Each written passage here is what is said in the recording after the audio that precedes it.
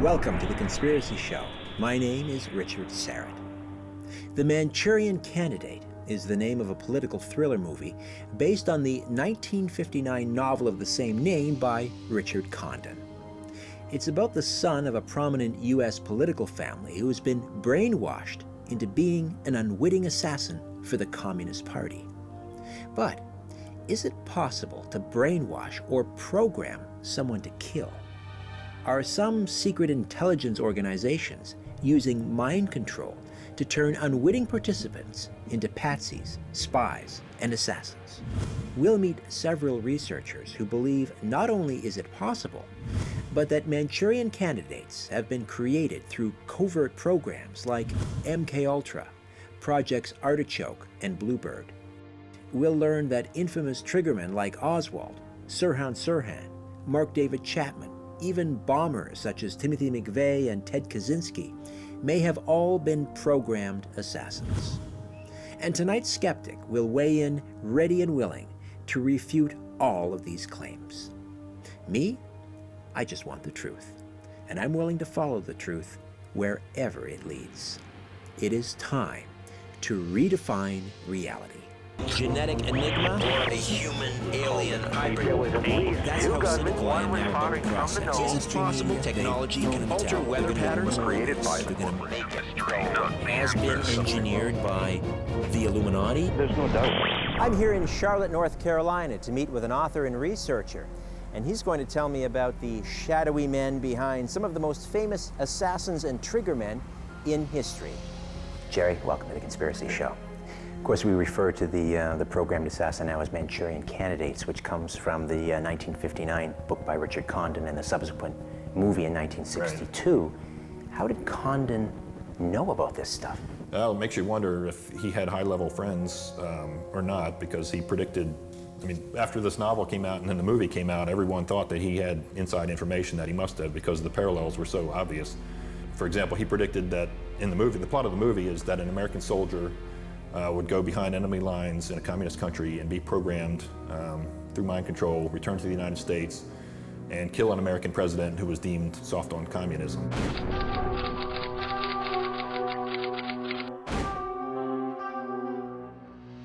The details of the plot and the specifics of Manchuria are actually in CIA documents 5 years before the book came out.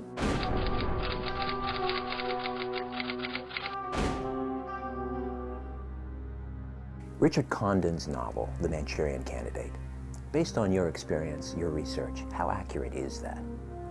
Well, supposedly it's a work of fiction, but the most interesting fact about it is prior to the movie and the book being released late 50s, early 60s, more in about the 1954 timeframe, there's an internal CIA memo from one officer to another, basically lining out the plot. And so these two people are concerned that a group of GIs were going through a zone in Manchuria, were captured by communist Chinese, and subjected to some sort of interrogation, mind control, brainwashing, and have amnesia for a period of time in Manchuria. What is a Manchurian Candidate? In short, a Manchurian Candidate is a military programmed assassin whose brain has been partitioned like a computer in such a way that he can act, and after his actions, he can forget and not know what he did.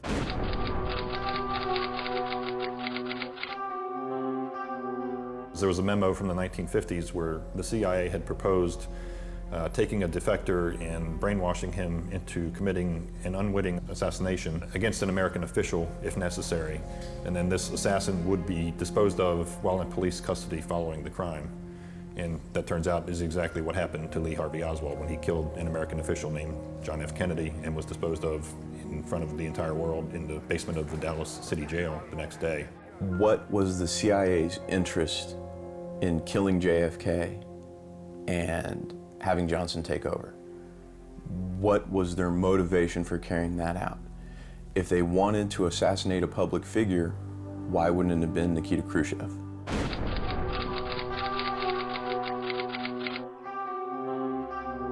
Is it possible they thought Kennedy was too soft on Cuba? Given that he's generally considered to have won the Cuban Missile Crisis, I don't see how. If you have such an excellent assassination technique, why did we then have the Bay of Pigs? If we could have neatly taken out Castro with no one suspecting, why would we not have done so? There's probably more Manchurian candidates than not in office, if I had to guess, including Obama, but I can't prove it. And Obama came out of nowhere. He's got no past, he's got no documents, etc. And all of a sudden he's head of the free world. It's alleged that Ronald Reagan was taken out and assassinated with a second gunman, and a clone, a double, was put in his place. So Manchurian candidates can be used not only for assassins, but to be politicians and stand in for politicians and their doubles. What is your definition of a Manchurian candidate? A Manchurian candidate is an artificially created multiple personality where the person's subjected to a whole bunch of procedures, including hypnosis, and a new personality is created. So the out front person has no knowledge of the assignment or the activity of the implanted personality who's controlled by a handler. As part of the research for this book, I did a whole study on brain implants, and I mean, this has been published for decades, and they've been using brain implants for various medical reasons, so there's no reason why they couldn't also use it for nefarious purposes as well, to create some kind of a state that would allow people to be more susceptible to hypnosis or drugs or combinations thereof. Where did the CIA learn how to do this? The CIA learned this from a series of projects and a series of experts. One of the leading ones is George G.H. Estabrooks, and he has, I guess from 1943 to 1971, a series of publications, including a well-known textbook on hypnotism. He wrote many books on the subject and articles, and actually described creating concentric personality structures in soldiers and people. One of the personalities would be a rabidly pro-communist personality that would be used to infiltrate suspected pro-communist groups or groups that the CIA wanted to discredit. Research involved using test guinea pigs and giving them drugs, LSD and other drugs, and other sensory deprivation exercises in order to partition the mind and to disassociate the person from their body. Is it possible to hypnoprogram someone to kill? I find it difficult to credit that you could cause another human being to act so against their instincts and yet release them into society and nobody would notice. We're talking about an unwilling or unwitting participant who is recruited unknowingly, I suppose, by the CIA. Is that correct? Sort of a combination of witting, unwitting, I think, in the Manchurian Candidate programs, in that it's usually a military person, and they're approached and said that you're either going to participate in or you have the opportunity to volunteer for a program. So I imagine there's some degree of consent kind of up front, but they don't really know what they're getting into. And then once they're conditioned, they have amnesia for all of the conditioning. MKUltra is the kind of the umbrella term used for decades of CIA experiments on American citizens and even in the international community. They explored every avenue known to man that could potentially control human behavior. Obviously you have to have control of the person. There's hypnosis, interrogation procedures, sensory deprivation and isolation. Electroshock, LSD, all kinds of drugs, hypnosis, etc. Anything that could be used to control people and control behavior. And I believe that the that the program went operational and was used and is being used throughout the world. Oh, MKUltra is certainly going to this day, and the recent assassination in Arizona was done by a Manchurian candidate. With all the documentation released from CIA on MKUltra, certainly they were experimenting with it. Is it possible they're lying about their complete and utter lack of success with MKUltra? Of course it's possible. But why would it benefit them to claim an utter failure and shut down the program if it had been working? The CIA director at the time, I believe it was Woolsey, testified that MKUltra had been shut down. Do you believe that was the case? MKUltra is used in two senses. There's the actual specific project MKUltra that ran from 1954 to 1963 and then was shut down. And then it in turn was rolled over into MK Search, which ran till 1972. And MKUltra was preceded by Bluebird and Artichoke. So there's a series of documented programs. The documents I've read, again, public information, they outline several goals. One is to remove any moral compunction to killing another human being, and that failed miserably.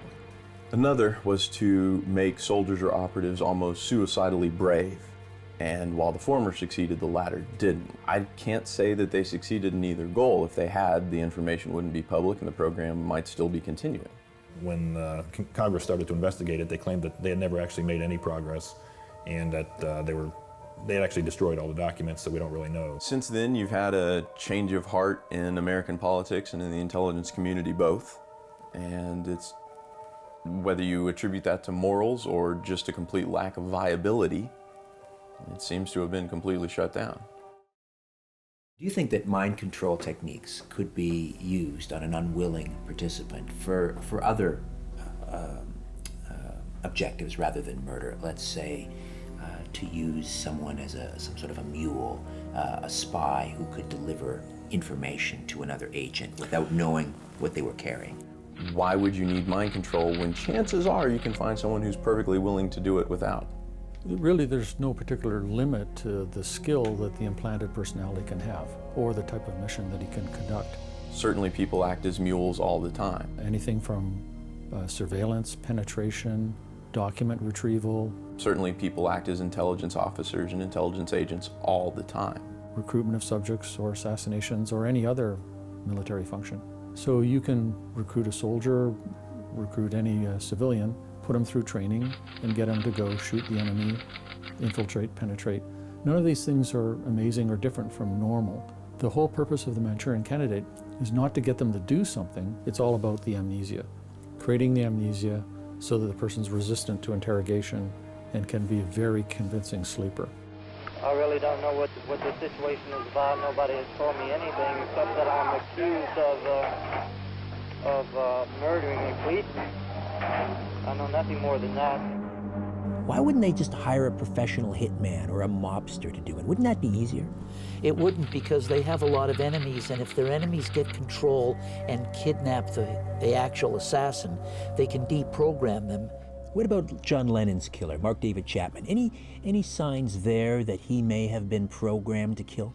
Oh, certainly. Mark David Chapman, as the records shows that he once again had military associations through his family and was mind controlled and set up as an assassin of Lennon.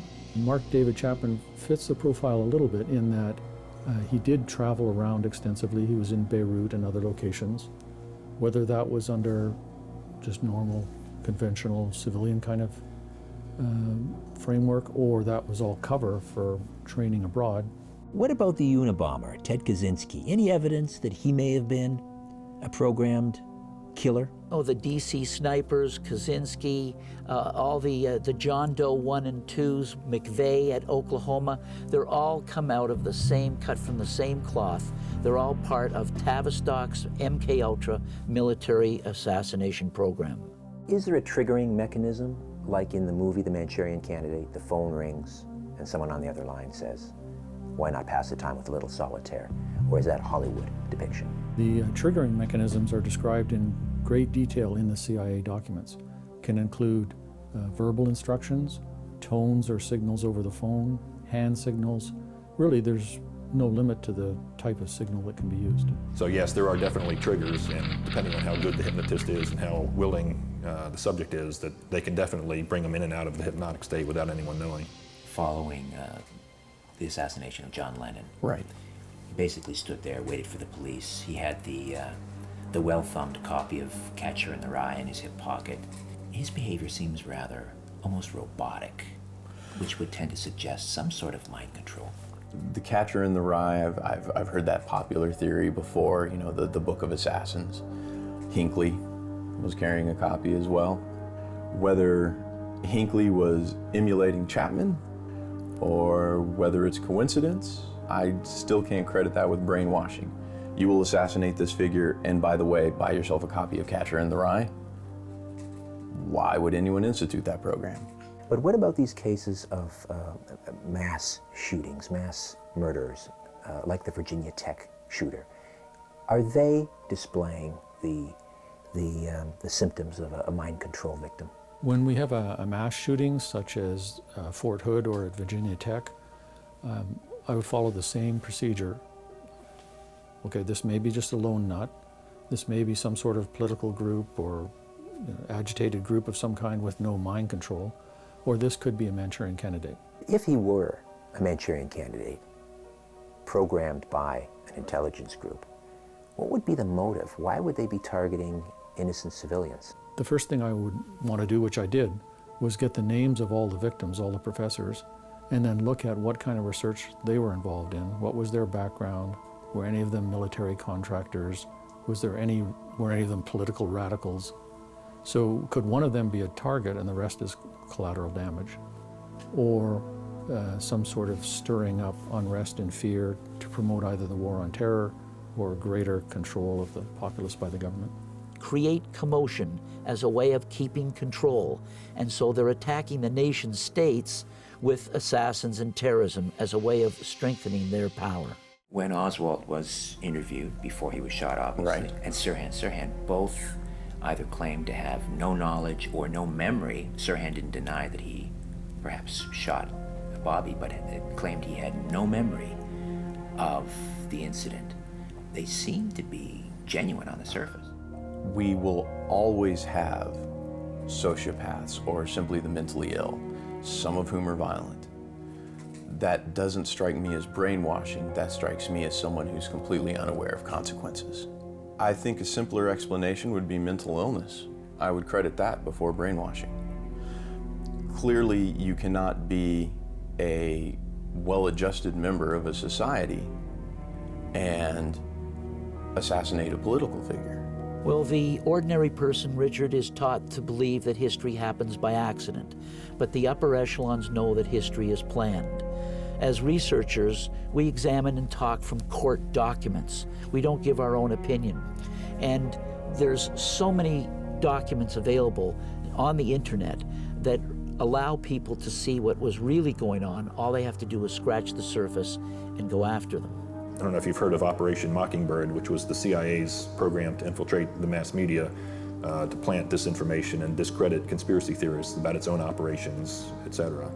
And they actually mention in the documents, this came out in the 1970s when, along with the MKUltra experimentation, that the CIA had heavily infiltrated all the major news organizations in the US and internationally, and that they had actually mentioned conspiracy theorists around the JFK assassination that should be discredited because they could be helpful to the enemy, so to speak. With normal military training, you can get somebody to do just about anything, including atrocities and killing civilians and so on. And if you add on hypnosis and Manchurian Candidate procedures, you can get anybody who's a good subject to do just about anything and not remember it. But there's no doubt about this. This is well established. In his book, The Perfect Assassin, physicist and researcher Jerry Leonard exposes the curious parallels between a proposed CIA experiment in mind control and the events surrounding the murder of JFK. Project MKUltra was a code name for a covert CIA mind control and chemical interrogation research program run by the Office of Scientific Intelligence that began in the early 50s and continued until at least the late 1960s. There is much published evidence that the project involved the surreptitious use of many types of drugs as well as other methodologies to manipulate individual mental states and to alter brain functions. So, is it possible assassins such as Oswald, Sirhan Sirhan, John Hinckley, or Mark David Chapman were programmed? Once hypnotized, the theory goes, a programmed assassin can be made to perform heinous and treasonous acts via remote control, a triggering word or phrase over the telephone, for example. And then there is this notation from a 1960 CIA study on brainwashing, and I quote, "We know now that men can be made to do almost anything. It's all a question of finding the right means. We can make him kill his parents and eat them in a stew." Think about that. And now, I'd like to know what you think. You can contact us through our website, www.theconspiracyshow.com. In the meantime, don't be afraid.